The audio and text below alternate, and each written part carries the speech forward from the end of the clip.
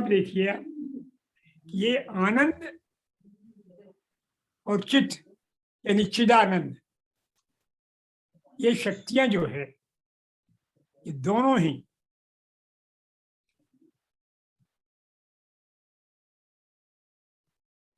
अपने स्वरूप से यानी अपने प्राधान्य से उन शेष शक्तियों के साथ, शेष शक्तियां क्या है आप जानते हैं, चित्त, आनंद, इच्छा, ज्ञान, क्रिया, ये 5 शक्तियां हैं। ये पांचों शक्तियां मिलकर के, इनमें प्रमुख कौन है? चित्त शक्ति, चित्त आनंद शक्ति, ये प्रमुख है। कोई एक दो को तो अलग अलग रहेगी नहीं, चित्त और आनंद कोई एक साथ रहेगी। तो चित्त आनंद प्रमुख है, ये अपने इन साथ को मिला करके ये रचना करती है, व्यंजित होती। हाँ बन गया ना जी, फेर दिया था शिव ने, विमर्श शक्ति अलग, वो विमर्श शक्ति वही तो आनंद है। जी जी, चित्त और आनंद का मिला हुआ वही रूप है विमर्श। जी, विमर्श क्या है? पराशक्ति है, इसमें चित्त और आनंद मौजूद है, वही वही स्वतंत्र शक्ति है। तो उसी ने अपनी पांचों शक्तियां चित्त, आनंद, इच्छा, ज्ञान, क्रिया के साथ व्यंजित हो गई। तो 5 से भूत उत्पन्न हो गए। भूत माने पदार्थ, भूत, 5 पंच महाभूत, आकाश, वायु, अग्नि, जल और पृथ्वी। अब इसको आप अब लिख लेंगे अपने पास, तब आपको समझ में आ जाएगा।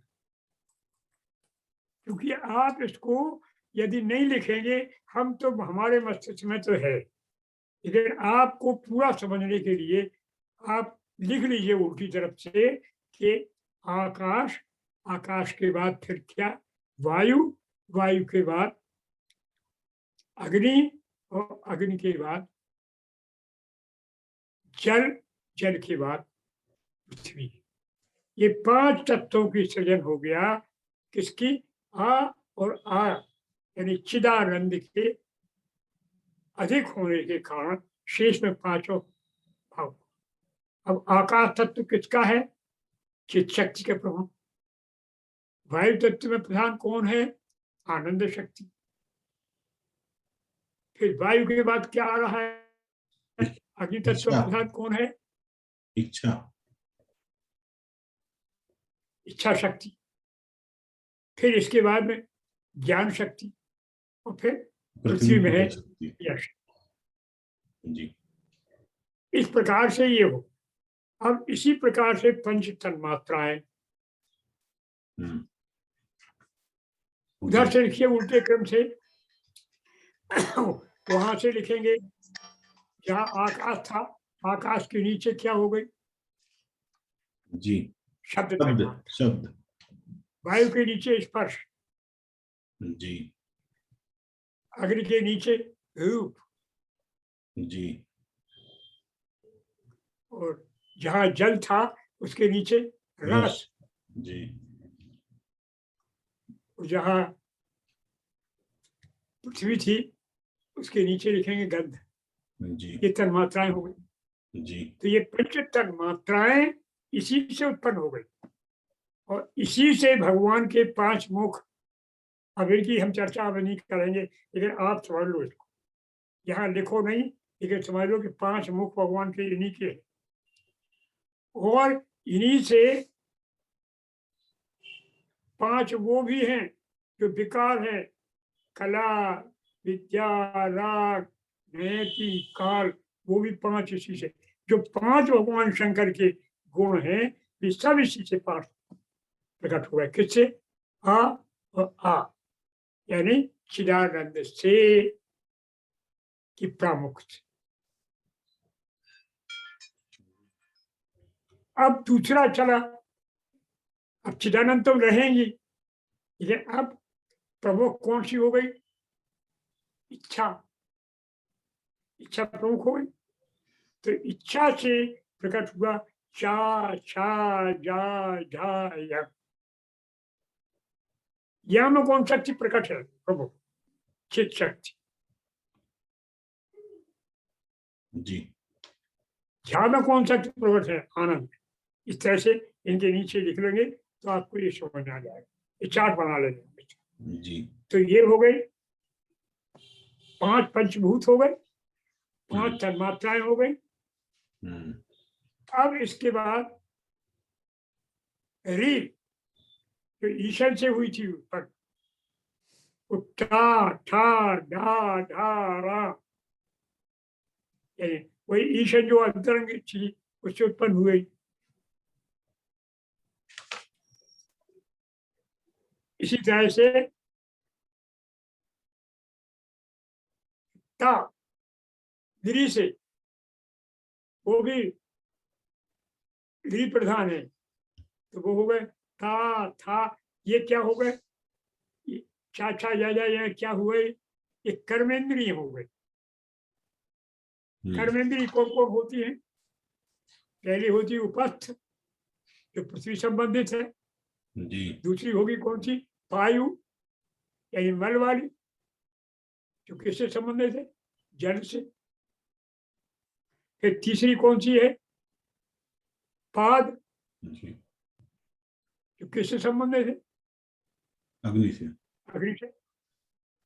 फिर वायु पानी जी किससे संबंधित है? वायु से। चा से। छा से। जी अग्नि से। जी और उसके बाद में फिर वायु, उसको वायु से। क्या शब्द से लिख लो आप। जी जो पहली गंध से, फिर गंध के बाद में रस से। वायु। गंध के बाद क्या है? रस। रस। गंध के बाद रस, रस के बाद रूप, रूप। रूप के बाद में स्पर्श। स्पर्श। हैं? स्पर्श। स्पर्श। वायु का स्पर्श। देखो फिर गड़बड़ हो गया। आप देखिए गंध।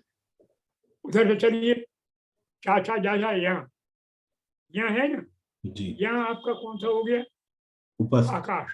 जी आकाश वाला हो गया। जी और यहाँ में कौन सी होगी? ये कौन सी इंद्री होगी? श्रोत। स्रोत। कान, कर्मेंद्रिय कान है, कान जी हो वहां पर आखिर में कान। और कान के बाद फिर कौन सा है? वायु। तो इसके लिए क्या होगा? त्वचा।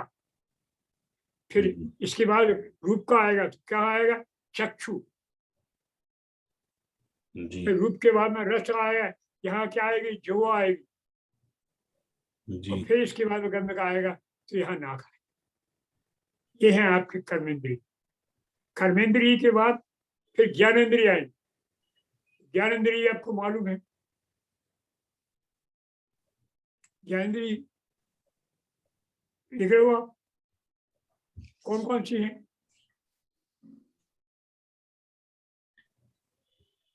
कर्मेंद्रिय और ज्ञानेन्द्रिय। कर्मेंद्रिय है आपकी, सुन के फिर से आप बैठ गए। कर्मेंद्रिय देखो फिर गड़बड़ हो गया है। कर्मेंद्रिय जो है वो है आपकी उपस्थ, वायु, पाद, पानी और स्रोत। स्रोत। जी और इसके बाद में ज्ञानेन्द्रिय है आपकी चक्षु। शब्द, इसके बाद में स्पर्श, स्पर्श के बाद में रूप और रस और गंध। ये है। लिख लीजिए आप। लिखा आपने? लिख लो, नहीं तो गड़बड़ हो जाएगा। हम कहने में भी गड़बड़ कर रहे हैं। जी लिख लिया? जी तो ये हो गई। ये अब तक इससे ये सारे के सारे अक्षर उत्पन्न हो गए। खा खा गा गा ङा, चा छा जा जा या, टा ठा डा डा ड़ा, था था दा धा या, फा फा बा भा मा। अब आपके पहले जो सुर थे, सुनो, आप थोड़ा रुक जाइए। आप पहले आप कह चुके थे कि आपको रा और ला की श्रुतियां पहले प्राप्त हुई। कहाँ से? री से और जब ले री की। की री बनी थी तो री का रा की ध्वनि उत्पन्न हुई थी, श्रुति, आपको मैंने बताया। और जब री बनी थी तो ला की ध्वनि हो गई थी। तो ये ई से ये दो शब्द तो पैदा हुए थे, जी। रा और ला। अब उसी ई से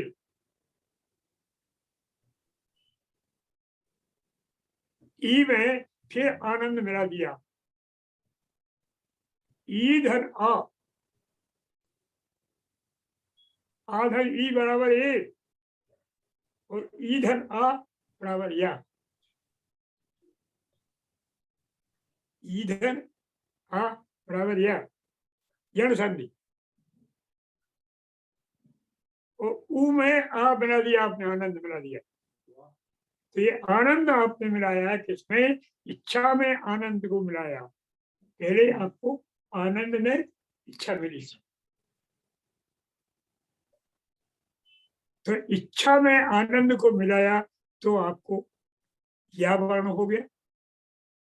जी। और ज्ञान में आपने आनंद को मिलाया तो आपका वा वर्ण। तो या रा ला वा ये वर्ण बने। या किसका सूचक है?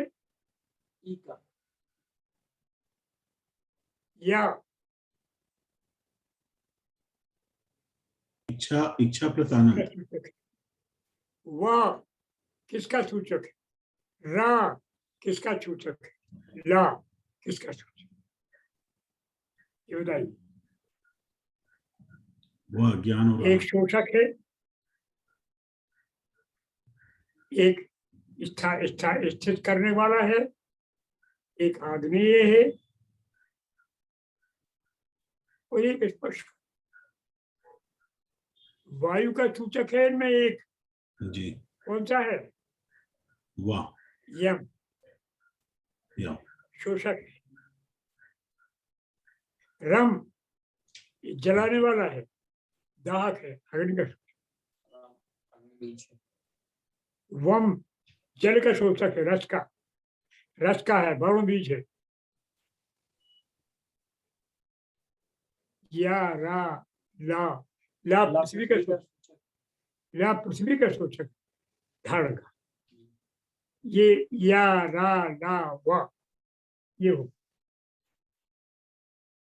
ये आपके चार वर्ण हो गए। अब इसके बाद में क्या हुआ?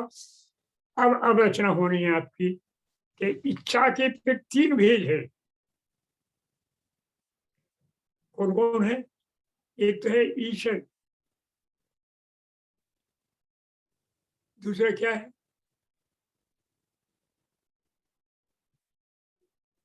एक तो इच्छा, ई से हो गया, ई से क्या हो गया? शाह। और फिर इच्छा से जो रा बनी थी उससे हो गया सा, मूर्धन्य शाह। और जो इच्छा से जो सा बना था,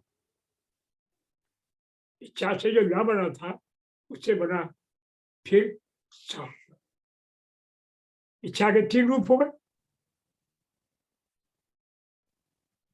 एक इच्छा अग्नि थी,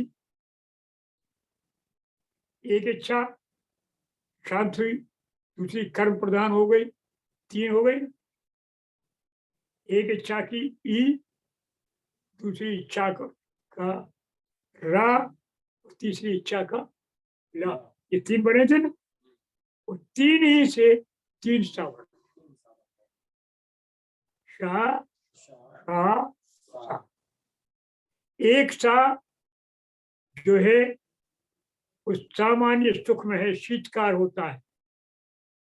शिव शिव शिव सुख सामान्य। एक सा होता है बहुत कठिन। वो शाह होता है, कोई विश्व वाला है, वही सा है, और एक सा है जो समाज का सा है, जो सीता का सा है, स्थायित्व का सा है। एक समाधि में और एक अर्ध समाधि में और एक सामान्य सुख में सा हो गए। ओ हाँ, ये स्वयं प्राण है, ये तो भगवती का स्वरूप है, ये व्यवहार में आ गया जीवन में। अब ये बन गई आपकी वर्णमाला। इसी वर्णमाला में आपने कहा कि शिव को शक्ति से मिलाना, तो आपने मिला दिया। अब शक्ति को शक्ति से मिलाओ, तो शक्ति का रूप पहला कौन सा था, कौन सा आया स्पष्ट रूप से? का आखिर व्यंजन क्या होगा? का। तो इधर शक्ति का स्वरूप कहाँ है? ई में है, तो सा। का में सा को मिला दो, शक्ति शक्ति, तो हो गया क्षा। ये सबसे कूट बीज हो गया, इसमें योनि से योनि मिली, ये शक्ति का उद्भट रूप हो गया, कूट रूप। ये पुरुष नहीं है, दो व्यंजनों का मेल है। इसलिए इसको नहीं गिना जाता, इसलिए गिनते नहीं इसको। ये नृसिंह का बीज है, ये कोई शक्ति काम नहीं करती हो।